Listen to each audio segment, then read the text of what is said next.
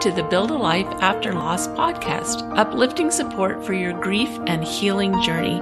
We're here to encourage your hope in the future and strengthen your confidence so that you can build a life of purpose and joy. I'm your host, Julie Clough, certified grief coach. Hello, my friends. Welcome to episode 113, Living with Intention. It is so good to be here with you today. I'm so thrilled to be able to share some things that have been on my mind lately. Maybe you've noticed that the podcasts have been building on each other. So episode 111, Emotions as Fuel, we really talked about how our feelings are our fuel. It should have been emotions or feelings as fuel because that sounds better, doesn't it, with the two F's?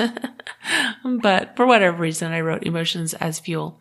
Episode 112 was reflective journaling. That's a skill to help you to really get to know yourself and get connected. And when you think about emotions as fuel, and then you use reflective journaling, you're really getting in touch with the feelings that you are fueling your days with. And today we're going to be talking about, on episode 113, we're going to talk about living with intention. And from there, we're going to talk about building joy into our life and into our days. So we're progressing along. There's some other good stuff coming up, super excited about. But first, I have to tell you what happened this morning. So it starts back at Christmas time. At Christmas time, my daughter was visiting. I think I shared with you that we were doing some organizing of the office, and then we did some work on my art room. That has been the last space in my house to really get organized. But as we did that, when we went in there back at Christmas time, one day when we were in the art room going through boxes and sorting and so forth, I had brought a smoothie in there with me. And this past week, I discovered that smoothie, we're talking 3 weeks later, I discovered the smoothie sitting on the desk behind a box. It no longer looked like a smoothie. It looked like disgusting mold. I was actually really afraid to unscrew the top because I just knew I was going to be hit with this powerful odor. Luckily, it just wasn't overpowering. The smell wasn't bad, but the goop inside was disgusting. It was utterly disgusting. So I cleaned it out. I didn't throw away because it was a metal cup with a straw. So I cleaned it out. I put it through the dishwasher. Well, this morning I was doing a presentation for an organization, and when I pulled out that cup because it's perfect for that type of thing because it's got the straw on the top of it, and then if I need a sip of water, it's very easy for me to just grab a sip during my presentation. So I pulled it out and I filled it up with water, and it was just sitting on my desk. And before my presentation, I went to go take a sip of it. And what happened next? As I sipped on it, this sludge went up into my mouth. I'm sorry. I know it's so disgusting.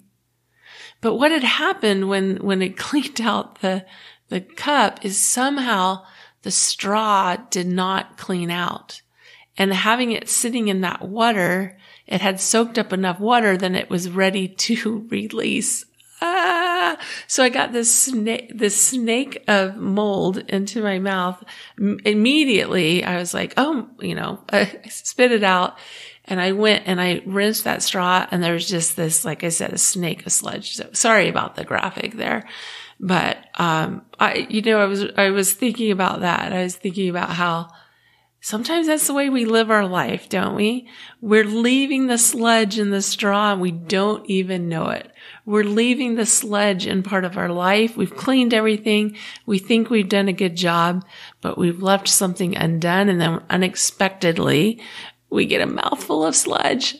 So just wanted to share that lovely image with you today. Oh my goodness. Drinking through a dirty straw. I don't advise it. But let's talk about living with intention. Okay. Here's the problem. Here's the problem with living with intention. And first, before I even get into that, sometimes before I do the podcast, I'll go on and I'll do a search and I'll look at what other people, I have an idea of what I want to talk about, but I'll look up what other people are talking about a topic just to kind of see what they're talking about, to see how my ideas line up with theirs. If there's anything there that I feel like would broaden the topic that I'm going to talk to, would add something to it, then I'll look at, how I might do that.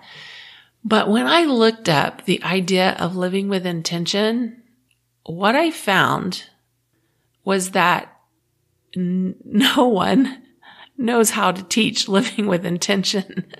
They're not very intentional about it. I found articles that were no more than 2 pages long with 5 steps and 6 steps and so forth. And every step was huge. Every step included, not that they put the sub steps in there, but every step included 5 or 6 or 10 things that needed to happen in order to make that happen. Like on one, I saw something about living with balance as a 1 step, living with balance. Living with balance is involved. It's a process of understanding and breaking it down into real actionable items. We're not going to do that today. I'm not going to give you big, broad, gigantic, this is how you live with intention. You create the ideal image and then you create balance. And then, I'm not going through an actual checklist that I saw, but these were some of the ideas I saw. Then you clear out your whole entire space. And then that's not helpful, is it? Because here's the problem with living with intention. You can't really live with intention if you don't know what you want. And you don't really know what you want. You aren't even clear about why you do what you do. You haven't really examined your days and weeks. You go through each day and each week fulfilling other people's expectations so that you can feel responsible or dependable or whatever it is. So you can feel like you took care of people, whatever it is, because we do everything because of the way we want to feel. And if you think you didn't know what you wanted before, now you really don't know. It feels too scary to dream, to make a plan, especially to attempt to make your plan happen. And this is where I lived for years. With grief, like you get into this place where it's just dreaming is just not even a thing. So you just follow along on the prescribed plan that's been set in motion in childhood with, childhood with its expectations and its standards that are set by someone else, by your father or your mother or your grandparent or whoever raised you or a teacher. And it's not easy to recognize how we have stepped into expectation instead of creation. And in grief, this is magnified times 100 or 1,000 because you go into autopilot and you even question everything that was a part of your life before your loss. You wonder why you chose the job you're in. You wonder why you live where you live. You wonder how you got here in this moment, in these circumstances. How could this possibly be your life? How could this possibly have happened? Because life feels random and hard. You feel like you can't expect much from life because let's face it, it hasn't worked out as you imagined. You didn't plan on losing someone you love. You didn't plan on going through a breakup or a divorce or losing your job or being estranged from your family or all the other disappointments you felt. None of that was in the plan. So then you think, what's the point in dreaming and living with intention? What's the point of living in the energy of creation? And first, I'll warn you that in grief, it's very difficult to tap into your creativity, that energy of creation. And at the same time, it's crucial.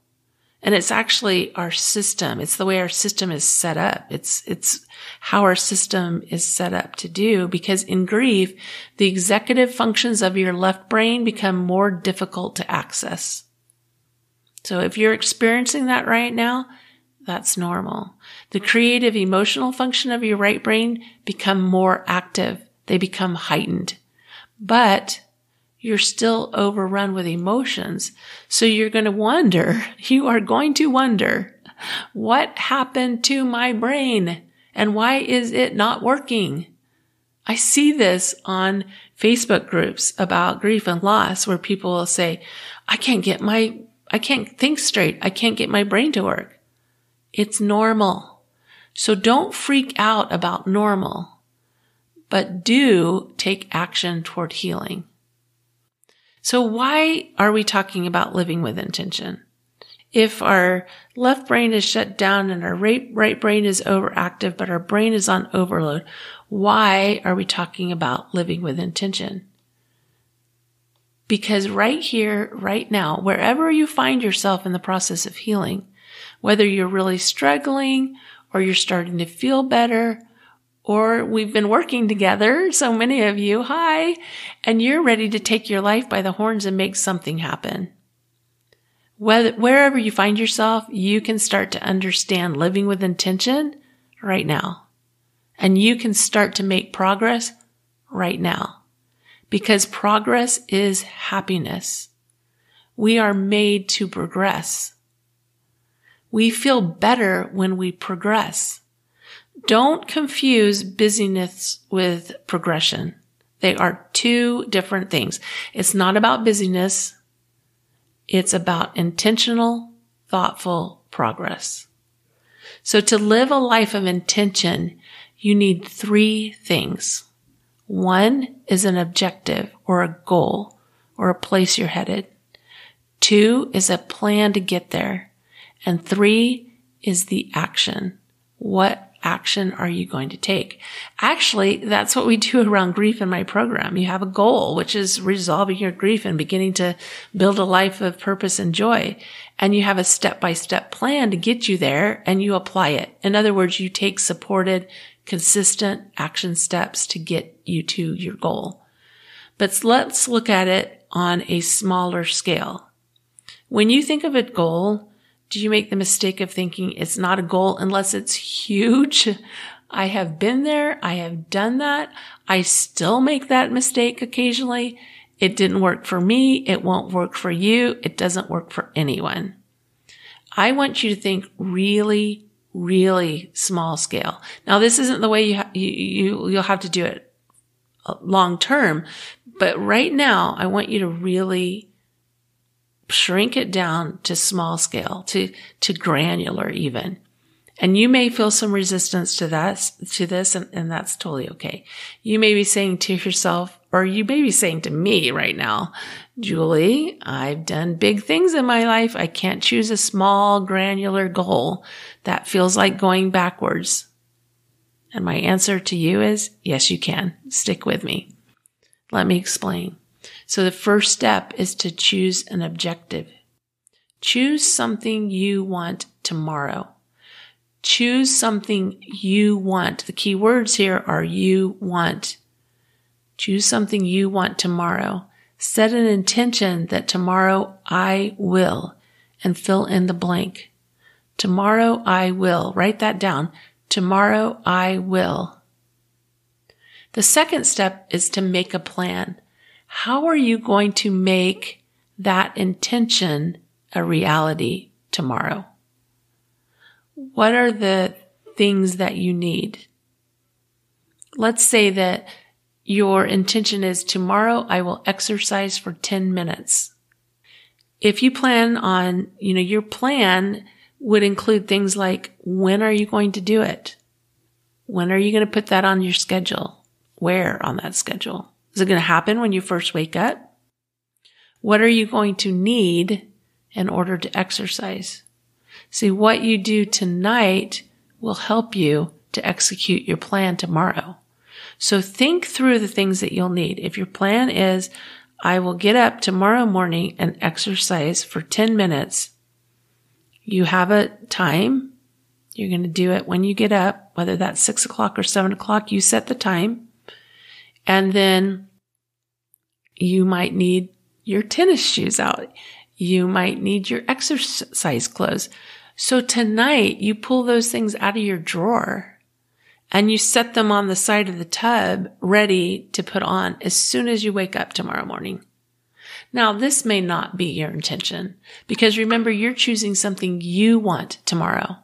I don't want you to take my suggestion and say, okay, I'm going to do what Julie wants me to do tomorrow. I'm not even suggesting that you exercise tomorrow. I'm suggesting that you choose one thing that you want to do tomorrow for 10 minutes, for 30 minutes, for 5 minutes. Make it small. Make a plan. Step 2 is make a plan. And step 3 is to act. Step 3 is tomorrow, do what you planned. Now you do the same thing tomorrow and the next day and the next day. And you string together several days of deciding what you want, making a plan, and acting. I guarantee you things will start to shift. So right now, you've written down, tomorrow I will. Fill in that blank. What do you want to do tomorrow? What small step, what small goal can you reach tomorrow? Write it down right now and prepare for it tonight before you go to bed. Prepare to take action tomorrow. And then you do the same thing tomorrow. After you finish your action step, you write down, tomorrow I will, and you set an intention. And then you make a plan and you do the things tomorrow night to set you up to make it happen the next day. Ralph Marston said, the quality of your commitments will determine the course of your life. This is how we start. We start thinking about, what do I want? What goal do I want to set for tomorrow? Tomorrow I will. Okay, you got it?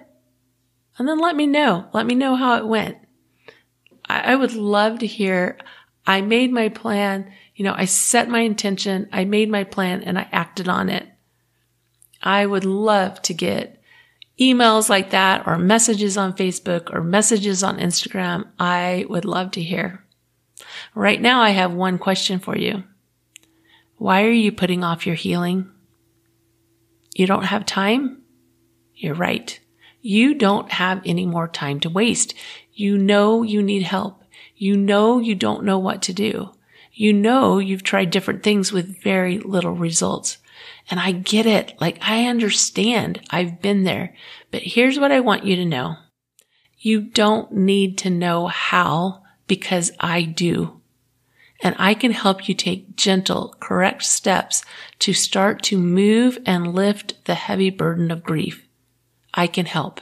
And the best news is, it's super easy to get started. Click on the link in the show notes or go directly to buildalifeafterloss.com/talk. Take the first step right now. I'll see you there. Have a wonderful week. Remember, I believe in you. Love you. Bye.